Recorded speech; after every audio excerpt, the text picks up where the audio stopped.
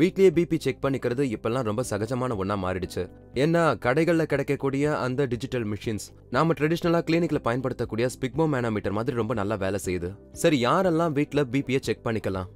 நாங்க சொல்ற white code effect இருக்கிற யாரா இருந்தாலும் சரி, அதாவது ஹாஸ்பிட்டலுக்கு இல்லனா கிளினிக்கு போகும்போது பிபியோட அளவு அதிகமா இருக்கக்கூடியவங்க, ஆனா அதே சமயம் ஹோம் ரெக்கார்டிங்ல நார்மலாவோ இல்ல நார்மலை விட குறைவா இருக்கிறவங்க, அதனால இந்த பாதிப்புகள் இருக்கிறவங்க கண்டிப்பா வீட்ல பிபியை செக் பண்ணிக்கணும். அடுத்ததா பிபிக்கு எடுத்துக்கிற மருந்துகளை மாத்திக்கிட்டவங்க, அதாவது அதிகப்படுத்திக்கிட்டவங்க இல்லனா குறைச்சிக்கிட்டவங்க, இவங்கெல்லாம் கண்டிப்பா பிபியை செக் பண்ணிக்கணும். நல்ல ஆரோக்கியமான வாழ்க்கை வேணும்னு விரும்புறவங்க இவங்க எல்லாருமே அவங்களோட பிபியை ரெகுலரா செக் பண்ணிக்கிறது ரொம்ப நல்லது. அடுத்ததா வீட்லயே பிபி செக் பண்ணிக்கும் போது செய்யக்கூடிய விஷயங்கள், செய்யக்கூடாத விஷயங்கள்னு சிலது இருக்கு. ஒரு நாளைக்கு 2 தடவை நீங்க வீட்லயே இருக்கும்போது உங்களோட பிளட் பிரஷரை நீங்க ரெக்கார்ட் பண்ணிக்கலாம்.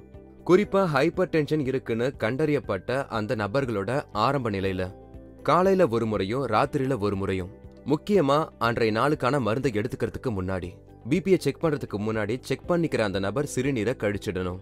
எந்த ஒரு கேஃபினேட்டட் பேவரேஜஸையும் எடுத்துக்க கூடாது. தன்னை சோர்வு படுத்திக்க கூடாது. அவரை அதிகமா சாப்பிட்டிருக்கவும் கூடாது. அதுவும் அட்லீஸ்ட் பிளான்டு செக்கப்புக்கு குறைஞ்சது அரை மணி நேரமோ இல்ல 1 மணி நேரத்துக்கு முன்னாடி. அண்ட் அந்த பிபியை ரெக்கார்ட் பண்ணும்போது அந்த நபர்கள் வசதியா சௌகரியமா ஒரு சேர்ல உக்காந்து இருக்கணும். கால்களை ஒன்னோடு ஒன்னு சேர்க்காம உக்காந்து இருக்கணும். கால் மேல கால் போட்டு உட்காரும் போது பிபி செயற்கையாவே அதிகமாகும். அதனால அப்படி செய்யக்கூடாது.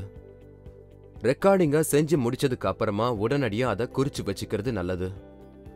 அந்த ரெக்கார்டிங்ஸ் எல்லாத்தையுமே அடுத்த கிளினிக்கல் விசிட்டின் போது உங்க கன்சல்டன்டோட கவனத்துக்கு அந்த ரெக்கார்டிங்ஸை நீங்க கொண்டு போகணும். பிபி ரெக்கார்டிங்குக்கு முன்னாடி கண்டிப்பா நீங்க ஸ்மோக் பண்ணிருக்கவே கூடாது.